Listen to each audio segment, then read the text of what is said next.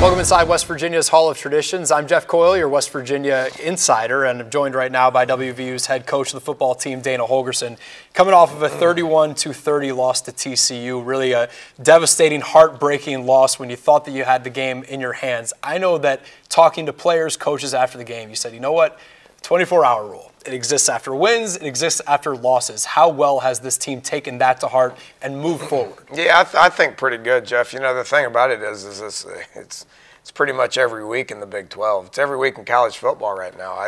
There's going to be disappointing losses out there. I mean, nobody's more disappointed than I am. I can assure you of that.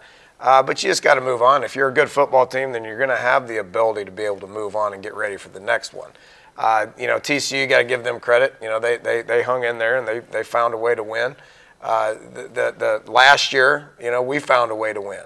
And the next week we had to get ready to play Texas, which was a great game here in Morgantown, and we came up a little bit short. Hopefully, this year going down to Austin, we're going to be able to figure out a way to come up on the winning end and not the losing end. Yeah, just like TCU, you guys have beaten each other on the other team's home field.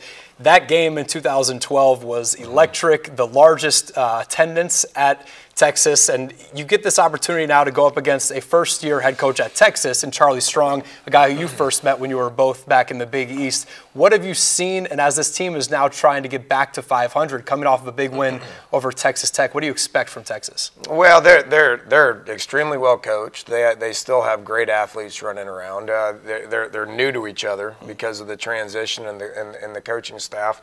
I see a group that's starting to bond, starting to gel, starting to get better, starting to get some confidence behind them. They're going to be extremely dangerous on their turf. It's something that we're used to. Third year in the Big 12, we've been in a lot of these games.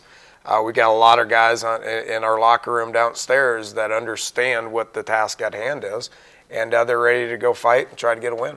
You guys on your offensive side of the ball, we talked a lot about what Kevin White was doing and getting 100 or more yards every game of the season. Past 2 weeks now, he hasn't done that. 28 yards against TCU.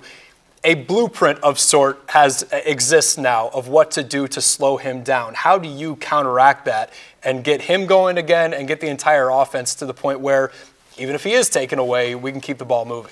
Yeah, the pace that he was on was hard to keep up. I mean, that's what you gotta think of that. They coach ball on the other side. Our opponents are, good defensive coaches and all that. Well, we had to go kind of go back to work a little bit this week and figure out some other ways that we can get him involved, and we'll work hard on that this week. And I would anticipate Kevin to be very motivated, Clint to be very motivated to kind of get that back to going to where it was earlier in the year. I think that everyone who is wearing that flying WV is quite motivated this weekend. So, Coach Holgorsen, thank you for joining us, and good luck this weekend as WVU takes on the Texas Longhorns at 3:30 on Saturday.